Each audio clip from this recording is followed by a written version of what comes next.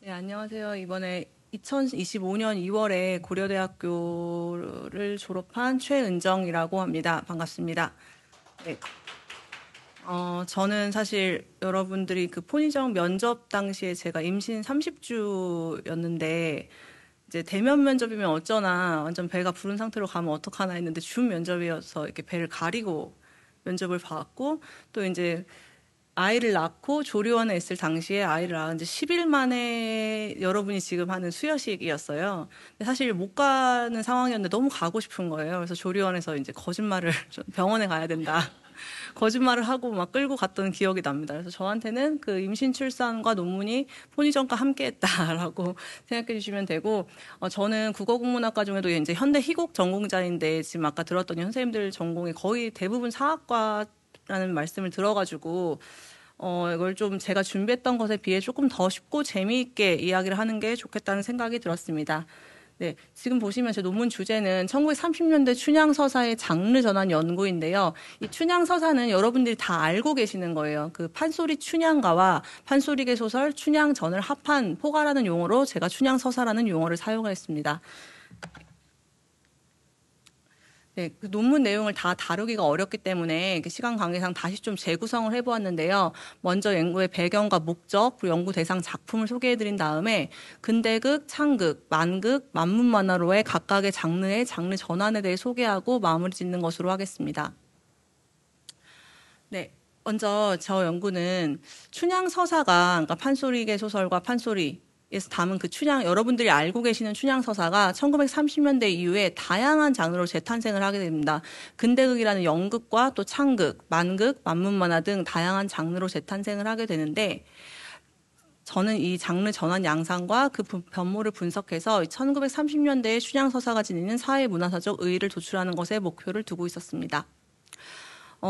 포니정 면접 때도 그렇고 논문 심사 때도 그렇고 가장 많이 받은 질문이 대체 왜 1930년대인가 라는 질문을 가장 많이 받았는데요. 저는 두 가지 측면에서 1930년대에 주목해 보았습니다.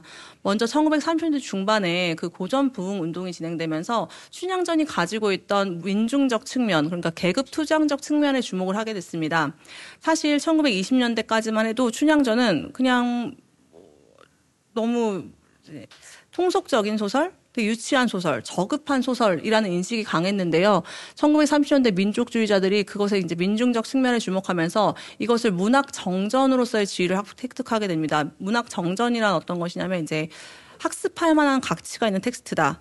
라고 해서 문학 정전으로서의 지위를 획득하다 보니까 그러니까 지금까지도 초중고 교과서에 실림으로써 춘향전이 문학 정전으로서의 지위를 가지고 있습니다.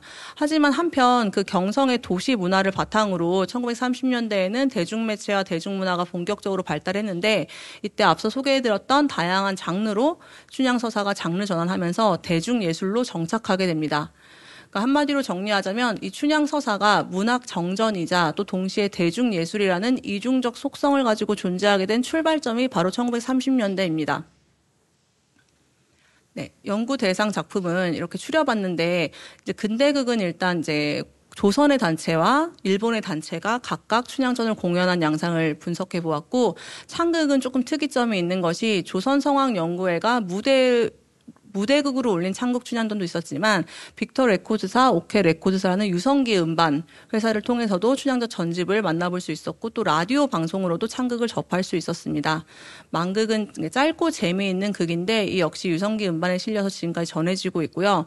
마지막으로 가장 재미있는 부분이 만문 만화였는데 김규택이라는 만화가가 쓴 모던 춘향전과 억지 춘향전이라는 작품은 모두 미완의 작품이지만 이 연구 대상 목록 중에서 가장 1930년대의 사회문화사가 두드러지게 반영되어 있어서 선정해 보았습니다.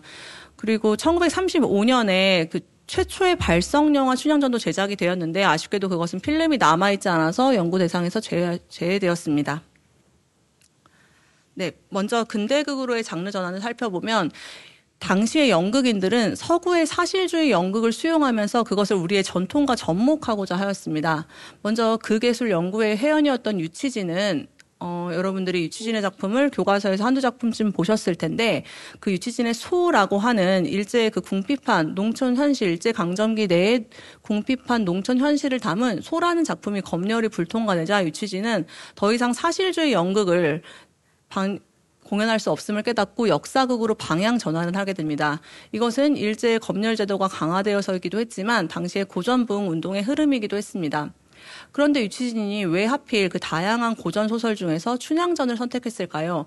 유치진의 연극가는 한마디로 관중 본위라고 보시면 됩니다. 관중은 저희 그 관객 대중을 얘기하고 본인은 관객이 중심이다라는 의미인데, 결국 그 이전까지는 서구의 생경한 근대극을 번역해서 소극장에서 공연하기보다는 대중들이 많이 알고 있는 가장 잘 팔린, 일제강점기에 가장 잘 팔린 춘향전을 선택해서 대중성 있는 작품으로 대극장에서 공연을 하자는 게 유치진의 생각이었습니다.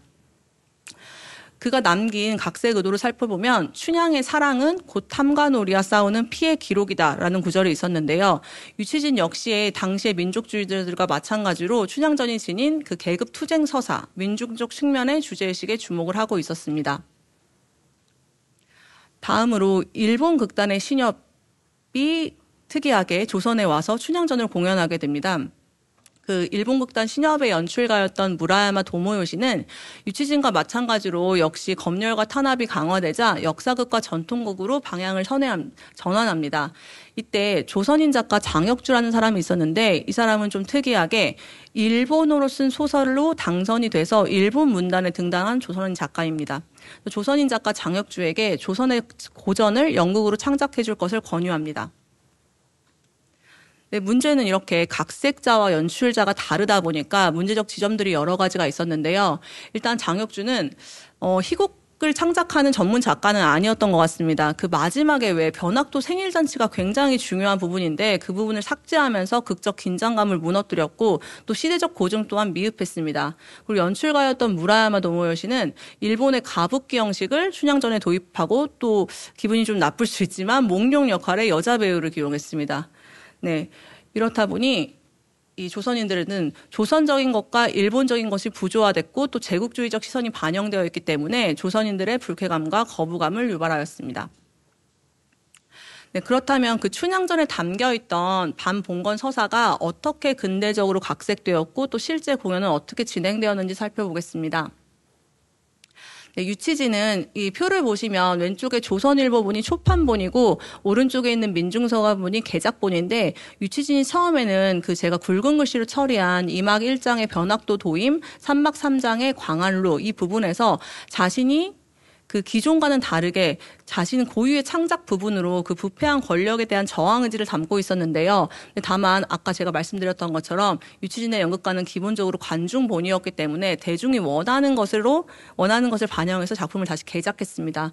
그렇다 보니까 이제 현실 비판 의지를 담은 부분이 대거 삭제가 되고 춘향과 몽룡의 사랑 이야기에 집중하면서 민중성이 약화되는 결과를 보였습니다. 그리고 장혁주는 동경 문단에 진출하기 전까지 기본적으로 프롤레타리아적 작가 의식을 가진 작품을 많이 창작을 했고 또 자신을 인정해주지 않는 조선 문단에 대한 반감을 가지고 있던 작가인데요. 그렇다 보니까 장혁주는 조선시대의 그 전 근대적 신분제도와 탐관오리의 부정부패 서사를 아주 과도하게 부각을 합니다. 그러니까 변학도라는 인물을 비판하는 것에 아주 큰 비중을 할애하고 있는데, 무라야마는 이러한 부분을 대폭 삭제하고 그 유치진, 극예술연구회 유치진의 춘향전을 참고해서 장혁주의 희곡을 재각색합니다. 결국 이 두 작품은 모두 대중성을 강화하는 방향으로 실제 공연이 되었는데, 그 결과는 결국 통속적 애정서사, 다시 말해서 춘향과 몽룡의 사랑 이야기가 강화되고, 그러다 보니까 그 인물 형상이 전대의 고전소설과는 달라지는 양상을 보입니다. 먼저 유치진의 춘향은 자유연애를 실천한 현모양처라고 말할 수 있는데요. 이 말 자체가 굉장히 모순적이죠. 그러니까 자유연애를 했는데 자유연애주의자인데 현모양처다. 근데 이러한 모순적인 캐릭터는 결국 그 모순적인 시대상과 관련이 있었습니다. 춘향의 수절은 더 이상 그 정근대 시대의 관념적 정절은 아닙니다. 주위 사람이 다 재가를 권유합니다. 모든 사람들이, 방자마저도 춘향이 저렇게 덜 떨어졌냐, 쟤는 왜 재가를 하지 않느냐라고 하는 상황에서도 그녀는 이제 자유연애자로서 독립적 인격체로서 주체적 의지적으로 몽룡을 선택합니다. 그럼에도 불구하고 작품 전반적으로는 여전히 소극적이고 수동적인 면모를 보이는데요. 그것은 당시에 진정한 의미의 여성 해방이 오지 않았고 유교 사상이 잔존했으며 또 교육 기회에 있어서 불평등이 있었고 여성 교육의 내용은 그마저도 현모양처론이었습니다.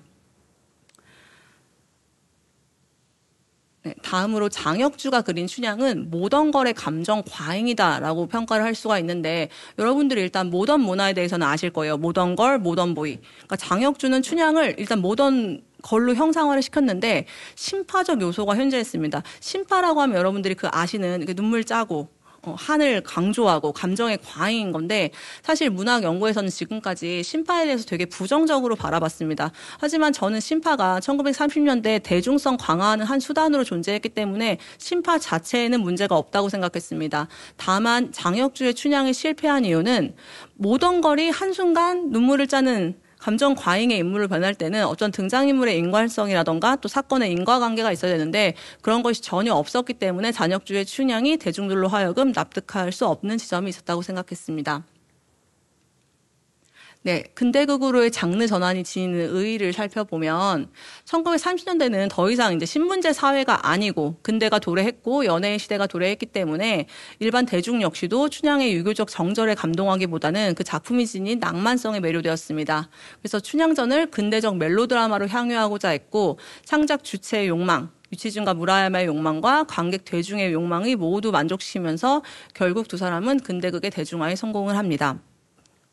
네, 여기까지가 이제 근대극으로의 장르 전환을 살펴봤는데 창극으로의 장르 전환은 일단 창극이 뭔지 아시나요? 그걸 얘기를 안 썼구나 싶었는데 판소리는 한 명의 창자가 노래를 하자는 거잖아요. 근데 창극은 여러 명의 창자가 나와서 각기 배역을 맡아서 마치 연극처럼 공연을 하는 것이 창극입니다.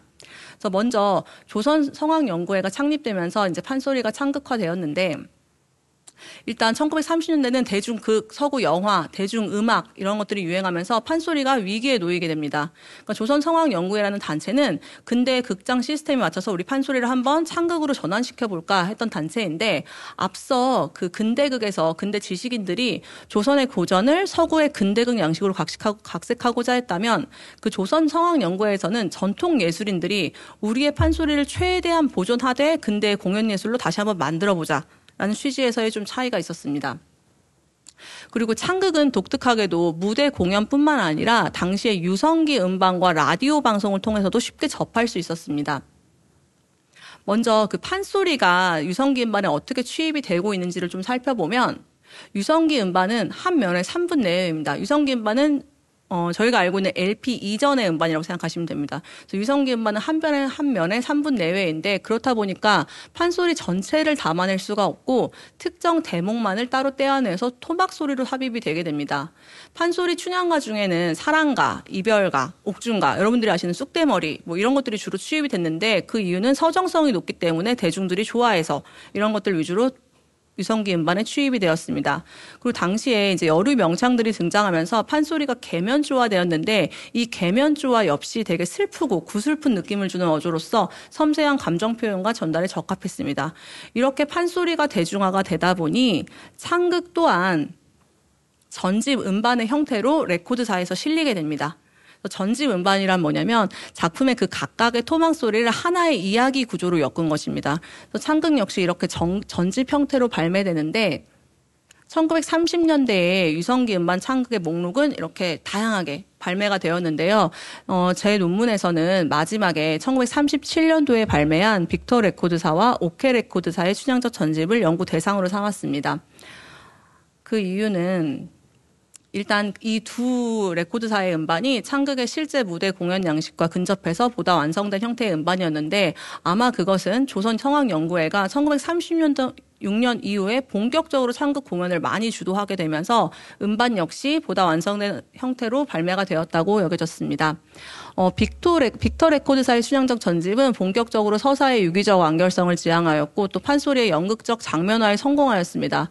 그리고 오케 레코드사의 춘향전 전집은 드디어 1창자 1배역 체제, 그 이전까지는 한 명의 창자가 몽룡도 하고 방자도 하고 이런 식이었는데 1창자 1배역 체제가 완성되었고 또 기악 반주도 활용하고 후일담까지 추가하면서 연극성과 대중성을 강화하는 방향으로 발전되기 시작했습니다.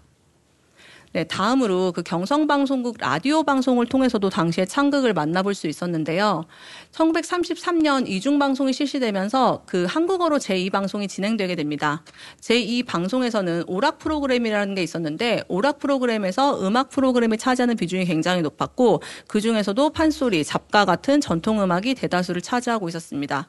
라디오 방송 창극은 대부분 1930년대 중반부터 1940년대 초반까지 대부분 연 3, 4회로 낮은 편성 빈도를 보였는데 그것은 인기가 없어서라기보다는 그 라디오가 가진 공공적 성격으로 인해서 장르별 편성의 균형을 맞추고자 한 것이었고 또 창극의 경우는 한 번에 최소 5명 이상이 등장해야 됐기 때문에 생방송이 어려웠기 때문에 낮은 편성 빈도를 보였다고 분석을 했습니다. 네, 그리고 창극 방송 목록 중에 춘향전이 압도적으로 높은 방송 횟수를 기록하고 있었는데 특히 어사출도 대목과 신현맞이, 신관도임, 사또도임 부분이 방송 빈도가 높았는데요. 근데 방금 전에 살펴봤던 유성기 음반에서는 사랑가, 이별가, 옥중가 이런 것들이 많이 취입이 됐는데 왜 이 라디오 방송 창극에서는 좀 다른 부분이 방송이 많이 됐는지를 살펴보면 그것은 결국 매체의 특성 차이였습니다. 라디오 방송의 편성 시간은 기본적으로 30분 단위이고 그렇기 때문에 그 3분이라는 짧은 시간의 서정성을 극대화되는 유성기 음반에 비해서 상대적으로 서사성이 긴 대목을 방송할 수 있었습니다. 네, 창극으로의 장르 전환이 가진 의의를 한번 살펴보면 사실 판소리가 창극화되는 한계점은 분명히 명확합니다. 조선성악연구회가 창극 공연을 할 때 기존 판소리 사설 위주로 진행하다 보니까 새로운 창극 레퍼토리는 개발되지 않았습니다. 그리고 전통 판소리의 보존에 집중하다 보니 판소리 서사에 대한 현대적 재해석, 앞에서 봤던 근대극과 같은 현대적 재해석 또한 발견되지 못했습니다. 하지만 그럼에도 불구하고 20세기 초에 근대식 극장이 등장하면서 창극이라는 판소리가 창극이라는 새로운 공연 예술 장르로 자기 변형을 이룬 것과 또 1930년대의 그 대중가요의 홍수 속에서 판소리의 그 전통 예술인들이 자신들이 했던 기존의 방식을 고수하지 않고 근대의 대중매체, 유성기 음반과 라디오를 적극 활용하면서 창극의 대중화를 추구했다는 것에서 그 의의를 찾을 수가 있었습니다. 결국 이렇게 판소리의 명맥을 잇고자 한 전통 예술인들의 노력이 창극을 근대 대중예술로서 정립시켰다고 하겠습니다. 네, 마지막으로 이 부분이 가장 재미가 있고 사실 이 부분을 가장 중심적으로 다루고 싶었던 부분인데요. 일단 당시에 만극, 만문만화뿐만 아니라 만요, 만담 이런 것들이 많이 있었는데 만이라는 것이 무엇인지 한번 살펴보도록 하겠습니다. 네, 이 글은 1938년도에 그 발간된 잡지 만화만문의 서두에 실린 글인데요. 그 밑줄 그은 부분만 읽어보자면 사상으로 형식으로 가장 자유롭다. 어떠한 법칙에도 매이지 아니한다. 정통의 법칙을 벗어났다. 본래의 규도를 버렸다. 이 만이라는 것은 결국 무형식, 무법칙, 자유로운 형식을 특징으로 하고 있습니다. 네, 그래서 당시에 만극, 만문만화, 만담, 만요 이렇게 만 계열의 장르들은 다 공통적인 특징을 가지고 있었는데 정해진 형식과 규칙이 없어서 굉장히 자유로웠고 또 단순 말장난이나 해악, 풍자를 통해 웃음을 유발했으며 당대의 시대상을 반영해서 대중들의 공감을 이끌어냈습니다. 유성기 음반 소재의 만극은 두 작품이 있는데 요절춘향전이라는 작품은 요절이 그 요절 복통이라는 뜻이에요. 그래서 이도령이랑 방자 두 사람이 등장해서 1930년대에 술 얘기만 계속합니다. 그래서 기존 서사의 얘기는 전혀 진행하지 않고 두 사람이 계속 술 이야기를 하다가 춘향이는 등장하지도 않습니다. 그렇게 하고 그냥 끝나는 내용이고요. 그리고 유선형 춘향전이라는 작품은 역시 서양식 유행, 당시 하이킹 열풍, 근대 의학들이 소개되는데 좀 이 작가가 영리했다고 생각하는 게 사실 1930년대 대중들은 춘향을 이미 다 알고 있잖아요. 그 상황에서 서사를 기본 서사 구조들을 전개하는 것이 아니라 자기 마음대로 했는데 저 유선형 춘향전의 유선형이라는 제목이 바로 그 빠른 스피드를 내는 동체를 의미해요. 그러니까 결국 이것은 작품의 빠른 전개 속도입니다. 작가가 말하고자 하는 것을 그냥 마음대로 하고 싶은 이야기를 마음대로 재창작하면서 웃음을 유발했던 것이 유선형 춘향전입니다. 네, 다음으로 이제 김규택의 만문만화에 대한 이야기를 할 텐데 만문만화는 쉽게 생각하시면 만문이 글이고요. 만화가 그림입니다. 당시에 그 신문 잡지에 게재된 만화의 1차 목적은 뭐 문학성 이런 거 아니에요. 그냥 재미 추구를 위해서 다수의 독자가 그 신문과 잡지를 보게 하는 것에 목적이 있었는데, 그렇다 보니까 이 김규택이라는 만화가는 고전 소설을 근대로 소환시키는데 그 소환의 방식이 정근대의 문화와 지금 자신이 살고 있는 근대 문화를 접목시키는 겁니다. 그 이질적인 두 문화의 충돌을 통해서 웃음을 유발하고 대중성을 확보하고, 그래서 많은 신문 잡지를 파는 것이 목적이었던 것이죠. 두 작품을 볼 텐데, 모던 춘향전이라는 작품은 한마디로 그 모던과 에로그로 넌센스 열풍을 담고 있어요. 이것은 한마디로 그 1930년대 식민지 경성의 문화의 특징입니다. 그래서 보시면 춘향이가 그냥 첫 등장부터 에로의 대상으로 규정돼요. 몽룡이 이렇게 말합니다. 저 에로 보아라, 이렇게 말을 해요. 그래서 방자가 저 에로는 우리 고을 제일 가는 모던 거리입니다 라고 대답을 합니다. 그래서 보시면 그림이 조금 깨져 있어서 잘 안 보이실 테지만 맨 왼쪽 보시면 방자 앞에서 그 신식 화장을 하는 춘향의 모습이 보이고요. 그리고 두 번째 그림은 그 외 월매랑 세 사람이 결혼을 약속하는 장면, 결연 장면이 있는데 그 장면에서 셋이 맥주로 간파이를 합니다. 건배를 하고, 그 다음은 그 두 사람의 첫날 밤 장면인데요. 그 찰리 채플린이 걸린 액자가 걸린 방에서 기타 연주를 하면서 첫날 밤을 보내게 됩니다. 그럼 결국에 그 조선시대의 춘향이 김규택은 1930년대 모던 문화의 주체로 그녀를 끌고 온, 소환을 시킨 겁니다. 춘향이 소비하는 상품과 춘향이 향유하는 문화적 체험 모두 근대의 산물이기 때문에 더 이상 그 모던 춘향전의 춘향의 그 인물의 정체성은 우리가 1930년대의 근대 문화에 찾아야 된다고 생각을 했습니다.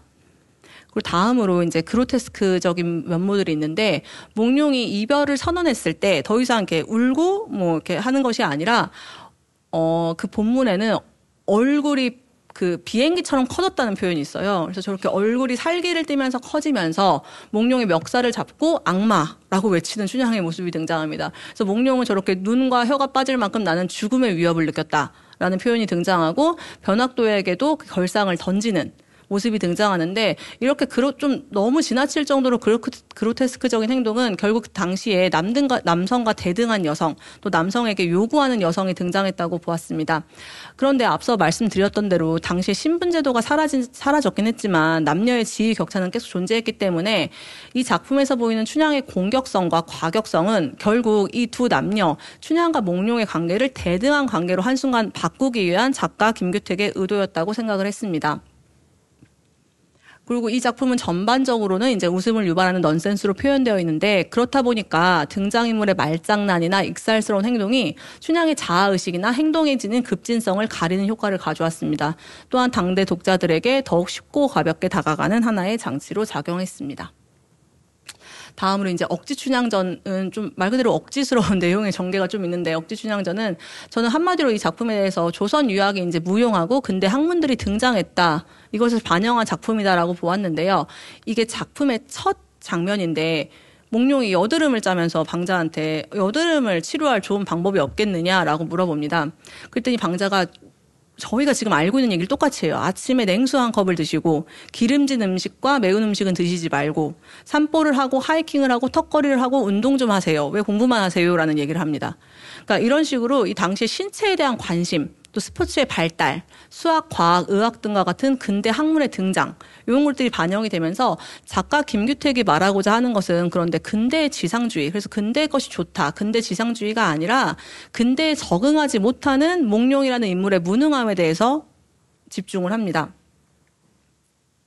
몽룡은 쌀이 어디 나는지도 모르고 단순한 계산도 못하는 실생활에 필요한 기본 지식이 아예 없는 인물로 등장하고, 계속해서 방자에게 의지를 합니다. 나의 가정교사가 되어달라는 부탁까지 하는 등 방자에게 이제 의지하는 면모를 보이는데, 이로써 우리는 그 몽룡이 지니고 있던 성리학적 지식이 무용화되었으며 새로운 근대적 지식을 그가 체화하는 데서 실패했음을 볼 수 있습니다.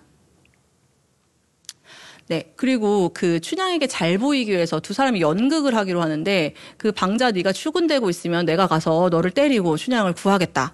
나와 춘향의 만남을 성사시켜다오. 이런 것들이 이제 두 사람의 연극인데, 결국 방자가 이제 실수로 몽룡이 중이어 말던 자리를 명중시키면서 저렇게 대자로 뻗어버리게 됩니다. 두 사람의 만남이 이루어져야 될 지점에 몽룡의 의상이 완전히 추락하고 있는데요. 이것은 결국 전근대 신분제 사회에서 근대 자본주의 사회로 넘어가면서 기존의 양반들은 무능한 바보로 전락하기 쉽다는 것을 의미합니다. 그리고 방자와 같은 기층민들은 삶을 살아가는 지혜를 바탕으로 근대 사회에 빠르게 적응을 할 수 있었죠. 이 작품의 마지막 장면은 그 몽룡이 굉장히 똑똑한 줄 알고 기대했다가 사실은 2번 공부해서 알고 있는 거라는 그 과거 시험에서 떨어진 낙제생이라는 것을 춘향이 알면서 그면 그렇지 알겠습니다 하고 끝나버립니다. 되게 실망하고 끝나버리는데 결국 여기서 우리가 볼 수 있는 건 춘향은 결국 근대적 인간으로 성장하지 못한 몽룡을 사랑할 수 없고 몽룡 또한 그녀로부터 버림을 받을 수밖에 없는 구조입니다. 그래서 모던 춘향전에서는 두 사람의 사랑이 이루어졌지만 여기서는 시작조차 불가능한 상태로 설정이 되어 있습니다. 네, 이처럼 만극과 만문 만화를 장르 전환이 갖는 의미를 한번 살펴보면 사실 일제강점기 작품 속 웃음의 의미는 문학 연구를 할 때는 거의 대부분 저항적 성격을 지닌다. 공격적 웃음이다. 라고 해석을 하기가 보통인데 그것은 저는 민족주의적 시각이라고 보았습니다. 제가 이 자료를 조사하면서 서거정의 골계전 서문을 보았는데요. 그 골계전 서문에 이런 구절이 나옵니다. 내가 이 전을 지은 것은 애초에 뒷세상에 전하려는 것이 아니라 그러니까 어떤 교훈적 효용을 갖고 있는 것이 아니라 그냥 세상 근심을 쏟아내고자 하는 것뿐이야. 그냥 쾌락적 효용이 있을 뿐이야 라는 이야기를 하는데 사실 골계를 풍자와 해악으로 보는 게 일반적인 관점인데 제가 봤을 때 골계는 그 발생 초기에는 그냥 단순히 심심풀이로 적은 실없는 이야기, 터무니없는 우스갯소리를 의미한다고 보았습니다. 그래서 1930년대 만 계열이 가진 장르 속 웃음은 결국 이러한 전통적 골계의 시대적 변주이자 문학이 상품화된 시대의 어떠한 상업적 이윤을 목적으로 한 통속적 웃음으로 보았습니다. 네, 이제 마무리를 하자면 결국 1930년대 춘향서사는 문학 정전으로서의 고전소설 춘향전과 다양한 장르의 대중예술 춘향서사가 공존을 하고 있었습니다. 그리고 이러한 흐름은 지금 현재까지도 지속되고 있다고 볼 수 있습니다. 현재 춘향서사의 장르 전환은 영화, TV 드라마, 오페라, 뮤지컬, 무용 더욱 다양한 양상을 보이는데요. 결국 춘향서사는 고전된 문학 정전인 동시에 끊임없이 변화하는 역동적 텍스트라고 할 수 있겠습니다. 네, 제 논문의 의의는 사실 지금까지는 춘향이라고 했을 때 그냥 고전문학 선생님들이 고전문학의 춘향전을 연구하시거나 아니면 뭐 드라마 예를 들어 쾌걸 춘향이다, 방자전이다 하면 현대문학 선생님들은 또 현대문학에 나오는 그 춘향 서사만을 연구했는데 또 뭐 근대극은 근대극, 상극은 또 국악에서 이렇게 장르별로 진행됐는데 그래도 열심히 노력을 했는 시대별과 장르별로 진행된 연구의 단절성을 극복하려고 열심히 노력을 했고 결국 1930년대 춘향서사가 지니는 그 사회문화적 의의를 보다 총체적으로 도출할 수 있었습니다. 네, 뭐 앞으로는 이 춘향서사의 장르 전환과 관련해서 통시적 연구를 한번 진행해 보고 싶고 또 이게 춘향전뿐만 아니라 판소리계 소설이 어떻게 근대적, 현대적으로 변용이 되고 있는지 그와 관련해서 연구를 계속해서 진행할 예정입니다. 네, 감사합니다.